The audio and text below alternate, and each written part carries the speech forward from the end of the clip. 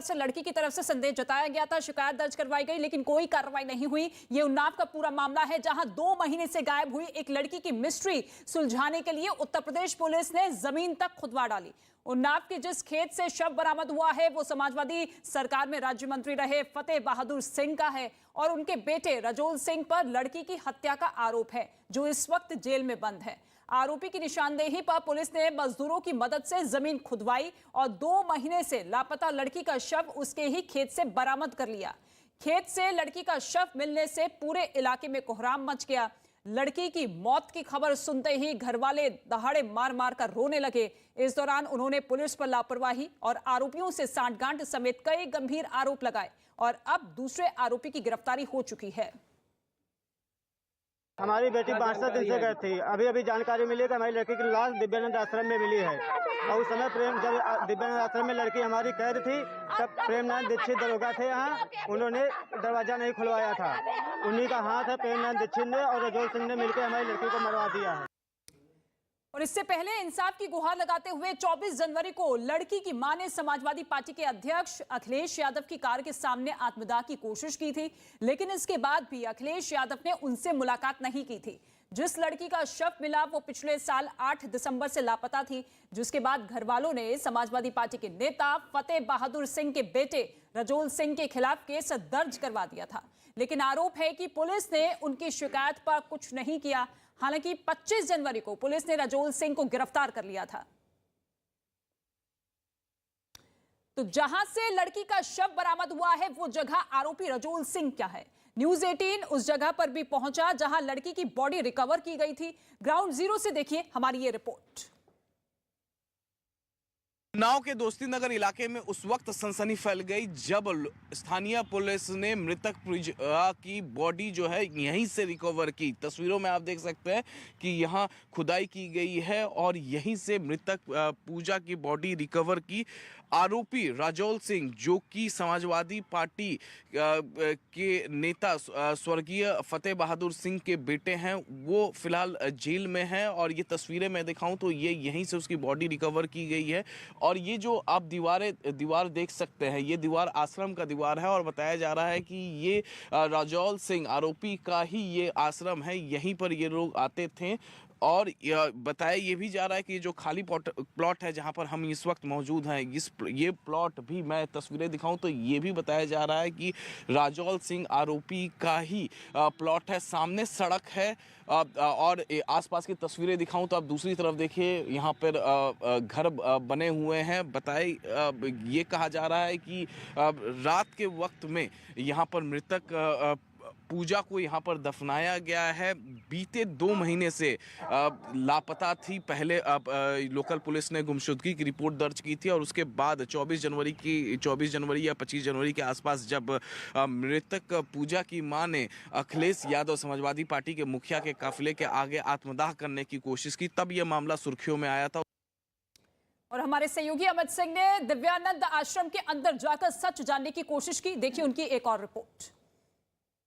इस वक्त मैं मौजूद हूं दिव्यानंद आश्रम के अंदर और ये जो आप देख सकते हैं ये क्वार्टर्स बने हुए हैं, ये वो क्वार्टर्स है जिसमें जो आश्रम के जो पुजारी जो गुरु होते हैं वो रहते हैं। लेकिन इसमें से एक जो ये कमरा है, ये कमरा आरोपी रजोल सिंह का है।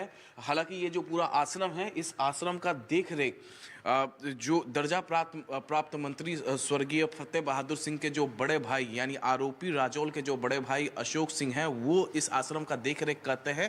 लेकिन इसमें बताया जा रहा है कि रजोल भी कभी कभार आते थे और यहाँ पर रुकते थे। यहाँ पर देख सकते हैं दिव्यानंद आश्रम उन्नाव परिसर में वृद्ध सेवा सदन एवं अनाथ शिशु आश्रम, ये इस क्वार्टर्स में तमाम गुरु लोग रहते थे और रजोल इस कमरे में आके कभी कभार रात में आके यहाँ पर रुकता था, ऐसा बताया जा रहा है। एक तस्वीर मैं आपको इस आश्रम को दिखा दूं।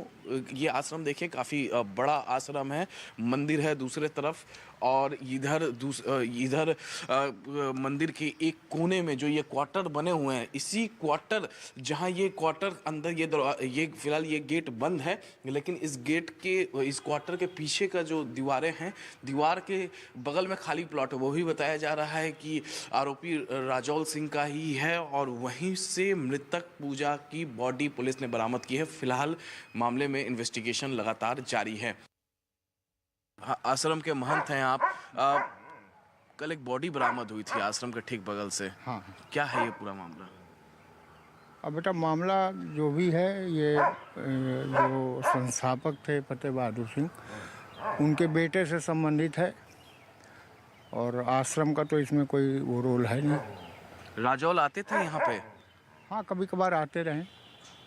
रात के वक्त भी आते थे? नहीं, शाम को 7 बजे गेट बंद हो जाता, उसके बाद फिर कोई नहीं आता बेटा। उसके बाद नहीं आते हैं? शाम को 7 बजे गेट बंद हो जाए, चाबी आप ही के पास होता है? वो हमारे पास रहती।